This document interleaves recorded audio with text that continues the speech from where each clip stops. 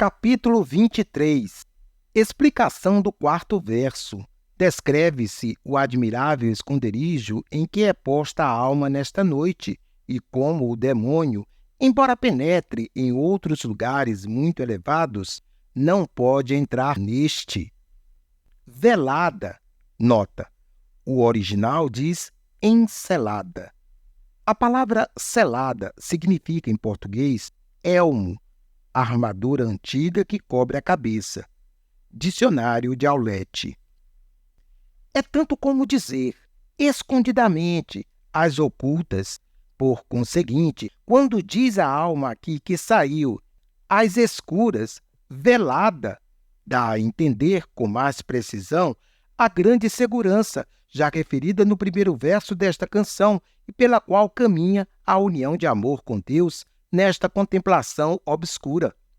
Dizendo, pois, a alma, às escuras, velada, quer significar que, indo assim às escuras, caminhava encoberta e escondida ao demônio, às suas ciladas e embustes.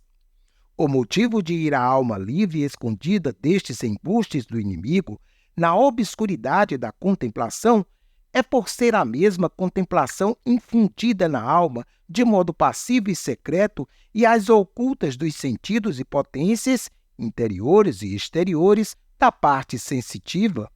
Daí procede andar a alma escondida e livre, não só das suas potências, que não mais podem impedi-la com sua fraqueza natural, mas também do demônio, porque este inimigo, só por meio dessas potências sensitivas, pode alcançar e conhecer o que há na alma ou o que nela se passa. Assim, quanto mais espiritual, interior e remota dos sentidos é a comunicação, tanto menos o demônio consegue entendê-la.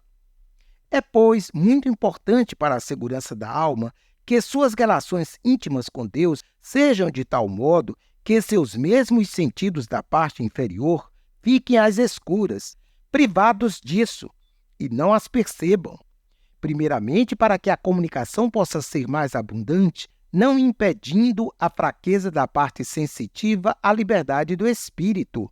Depois, para que, conforme dissemos, vá a alma com mais segurança, não a alcançando o demônio em tão íntimo recesso. A este propósito, podemos tomar, sob o ponto de vista espiritual, aquele texto de nosso Salvador que diz: não saiba a tua mão esquerda o que faz a direita. Mateus 6:3. Como se dissesse, o que se passa na parte direita, que é a superior e espiritual da alma, não o saiba a esquerda, isto é, seja de tal maneira que a parte inferior da alma ou a parte sensitiva não o alcance, e seja tudo em segredo entre o espírito e Deus. Sem dúvida, muitas vezes acontece à alma receber estas comunicações espirituais sobremaneira íntimas e secretas, sem que o demônio chegue a conhecer quais são e como se passam. Contudo, pela grande pausa e silêncio causador nos sentidos e potências da parte sensitiva por algumas dessas comunicações, bem pode o inimigo perceber que existem e que a alma recebe alguma graça de escol. Como ele vê que não consegue contradizê-la, pois tais coisas se passam no fundo da alma, procura por todos os meios alvoroçar e perturbar a parte sensitiva que está a seu alcance. Provoca então aí dores ou aflige com sustos e receios a fim de causar inquietação e desassossego na parte superior da alma, onde ela está recebendo e gozando aqueles bens. Muitas vezes, porém, quando a comunicação de tal contemplação é infundida puramente no espírito, agindo sobre ele com muita força, de nada servem as astúcias do demônio para perturbar a alma. Ao contrário, ela recebe então novo proveito e também mais segura e profunda paz, porque ao pressentir a perturbadora presença do inimigo, ó coisa admirável! Sem nada fazer de sua parte e sem que saiba como isto se realiza, a alma penetra no mais recôndito do seu íntimo centro, sentindo muito bem que se refugia em lugar seguro, onde se vê mais distante e escondida do inimigo. Recebe então um aumento daquela paz e gozo que o demônio pretendia tirar-lhe. E assim, todos os temores que antes sofrera na parte exterior desaparecem, e a alma claramente o percebe, folgando agora por se ver tão a salvo, no gozo daquela quieta paz e deleite do esposo escondido. Essa paz nem o mundo nem o demônio lhe podem dar ou tirar, e a alma sente então a verdade do que diz a esposa a este propósito nos Cantares. Eis aqui o leito de Salomão, ao qual cercam 60 valentes dos mais fortes de Israel, por causa dos temores noturnos. Cantares 3, 7 e 8. Tal é a fortaleza e paz de que goza, embora muitas vezes sinta exteriormente tormentos na carne e nos ossos. Em outras ocasiões, quando a comunicação espiritual não é infundida profundamente no espírito, mas dela participa também o sentido, com maior facilidade o demônio consegue perturbar o espírito, inquietando-o por meio do sentido, com os horrores já referidos.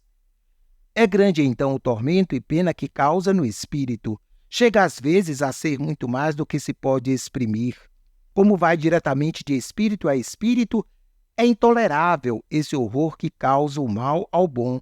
Digo, o demônio à alma, quando consegue penetrá-la com sua perturbação. A esposa nos Cantares exprime bem essa realidade quando conta o que lhe sucedeu no tempo em que quis descer ao seu interior recolhimento para gozar destes bens, dizendo assim: descia ao jardim das nogueiras para ver os pomos dos vales e para examinar se a vinha tinha lançado flor. Não soube. Conturbou-se-me a alma toda por causa dos carros de Aminadab. Cantares 6:10, que é o demônio. Outras vezes acontece, quando as comunicações vêm por meio do anjo bom, chegar o demônio nessas circunstâncias, haver algumas mercês que Deus quer fazer à alma, porque as graças concedidas por intermédio do bom anjo, ordinariamente permite o Senhor que as entenda o adversário. Assim o permite para que o demônio faça contra elas o que puder, segundo a proporção da justiça, e não possa depois alegar seus direitos, dizendo que não lhe é dada oportunidade para conquistar a alma, como disse no caso de Jó. Jó 1:9. Isto se daria se Deus não permitisse certa igualdade entre os dois guerreiros, isto é, entre o anjo bom e o anjo mau em relação à alma. Consequentemente, terá maior valor a vitória de um ou de outro, e a mesma alma, sendo fiel e vencedora na tentação, será mais recompensada. Por este motivo, convém observá-lo. Deus, na mesma medida e maneira em que vai conduzindo a alma e tratando com ela, permite também ao demônio ir agindo. Se a alma tem visões verdadeiras por meio do bom anjo, como ordinariamente acontece, pois, embora apareça Cristo, quase nunca o faz em sua própria pessoa, e sim por este meio. De modo semelhante, com permissão de Deus, o anjo mau lhe representa outras visões falsas no mesmo gênero. E assim, julgando pela aparência, pode a alma, se não tiver cautela, facilmente ser enganada, como já aconteceu a muitas. Há disto uma figura no Êxodo, onde se conta que todos os prodígios verdadeiros que fazia Moisés eram reproduzidos falsamente pelos mágicos de Faraó. Se Moisés tirava rãs, também eles tiravam. Se fazia a água tornar-se sangue, eles também faziam o mesmo. Êxodos 7, 11 a 20 e 22, 8, 7. Não é somente este gênero de visões corporais que o demônio imita. Mete-se também nas comunicações espirituais. Como são concedidas por meio do anjo bom, consegue o inimigo percebê-las, porque, segundo diz Jó, ele vê tudo o que há de sublime. Jó 41, 25. E assim procura imitá-las. Estas graças, todavia, por serem infundidas no espírito, não tendo, portanto, forma ou figura, o demônio não as pode imitar ou representar, como acontece as que são concedidas debaixo de alguma figura. Por isto, Quando a alma é daquele modo visitada, ele, para combatê-la, procura ao mesmo tempo incutir-lhe seu espírito de temor, para impugnar e destruir um espírito com outro.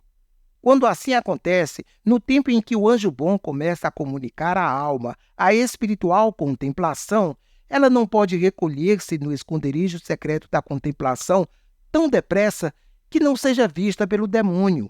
E então ele a acomete com impressões de horror e perturbação espiritual, às vezes penosíssimas. Em outras ocasiões, entretanto, sobra à alma tempo para fugir depressa, antes que o espírito mau possa causar-lhe aquelas impressões de horror. Consegue recolher-se dentro de si, favorecida nisto pela eficaz mercê espiritual recebida, nessa hora, do anjo bom. Por vezes prevalece o demônio, prendendo a alma na perturbação e horror, coisa mais aflitiva do que qualquer tormento desta vida. Como esta horrenda comunicação vai de espírito a espírito, muito às claras e de certo modo despojada de todo o corporal, é penosa sobre todo o sentido. Permanece algum tempo no espírito tal investida do demônio, mas não pode durar muito, porque sairia do corpo o espírito humano devido à veemente comunicação do outro espírito. Fica depois somente a lembrança do sucedido, o que basta para causar grande sofrimento. Tudo o que acabamos de descrever sucede à alma passivamente, sem que ela contribua de modo algum para acontecer-lhe ou não. Torna-se precisa, contudo, uma observação. Quando o anjo bom permite ao demônio a vantagem de atingir a alma com este espiritual terror, visa purificá-la e dispô-la, com esta vigília espiritual, para alguma festa e mercê sobrenatural que lhe quer conceder aquele que nunca mortifica, senão para dar vida, e jamais humilha, senão para exaltar. E isto se realiza pouco depois. A alma, na medida em que sofreu aquela purificação tenebrosa e horrível, goza a seguir de admirável e saborosa contemplação espiritual, por vezes tão sublime que não há linguagem para traduzi-la. Com o antecedente horror do espírito mau, subutilizou-se muito o espírito para ser capaz de receber este bem, porque estas visões espirituais são mais próprias da outra vida do que desta, e, quando a alma recebe uma delas, dispõe-se para a outra. Tudo quanto foi dito agora deve ser entendido a respeito da visita de Deus à alma por meio do anjo bom, durante a qual ela não caminha totalmente às escuras, nem tão velada que não possa alcançá-la o inimigo.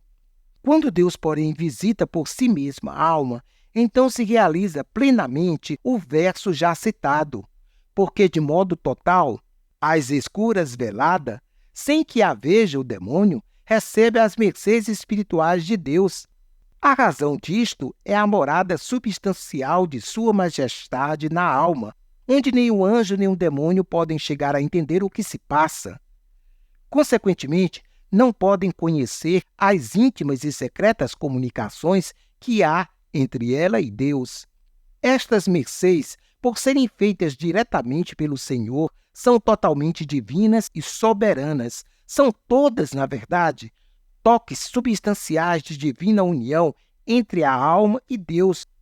Num só desses toques, que constituem o mais alto grau possível de oração, recebe a alma maior bem do que em tudo mais. São estes, com efeito, os toques que a esposa começou por pedir nos cantares, dizendo: beije-me com um beijo de sua boca. Cantares 1:1. Por ser coisa que se passa em tão íntima união com Deus, onde a alma, com tantas ânsias, deseja chegar, por isso estima e cobiça mais um destes toques da divindade, do que todas as demais mercês feitas a elas por Deus. E assim, tendo dito à esposa nos cantares que ele lhas havia feito muitas, conforme havia ali cantado, não se deu, contudo, por satisfeita. Pediu-lhe esses toques divinos, com estas palavras: quem me dera que te tenha a ti por irmão meu, mamando nos peitos de minha mãe, e que eu te ache fora, para que te beije, e assim não me despreze ninguém. Cantares 8:1. Nestas palavras dá a entender que desejava fosse a comunicação de Deus direta, como vamos dizendo, e que fosse fora e às escondidas de toda criatura. É o que significa fora, mamando, isto é, enfreando e mortificando os peitos dos apetites e afeições da parte sensitiva. Isto se realiza quando a alma, já na liberdade do espírito, goza destes bens com inteira paz e deleite, sem que a parte sensitiva possa servir-lhe de obstáculo, nem o demônio, por meio dos sentidos, consiga contradizê-la. Então não se atreveria mais o inimigo a perturbá-la, pois não o conseguiria, nem poderia tampouco chegar a entender estes divinos toques dados na substância da alma pela amorosa substância de Deus. A tão elevada graça ninguém pode chegar sem íntima purificação e despojamento no esconderijo espiritual de tudo quanto é criatura, e isto na obscuridade, como já explicamos longamente mais acima e continuamos a fazê-lo neste verso. Veladamente e no escondido. É neste esconderijo, repetimos, que se vai confirmando a alma na união com Deus por amor, e por este motivo ela canta no referido verso, dizendo: às escuras, velada. Quando aquelas mercês são feitas à alma escondidamente, isto é, somente no espírito, conforme já explicamos, acontece em algumas dessas graças achar-se a alma sem que ela o saiba compreender, de tal modo apartada e separada, segundo a parte espiritual e superior da parte inferior e sensitiva, que conhece haver em si mesma duas partes bem distintas. Afigura-se-lhe até que são independentes e nada têm a ver uma com a outra, tão separadas e longínquas estão entre si. Na verdade, assim o é, de certa maneira, porque a operação toda espiritual, que então se realiza na alma, não se comunica à parte sensitiva. Desta sorte, a alma se vai tornando toda espiritual, e neste esconderijo de contemplação unitiva, as paixões e apetites espirituais vão sendo afinal mortificados em grau muito intenso. Assim, a alma, falando da parte superior, diz logo neste último verso: já minha casa estando sossegada.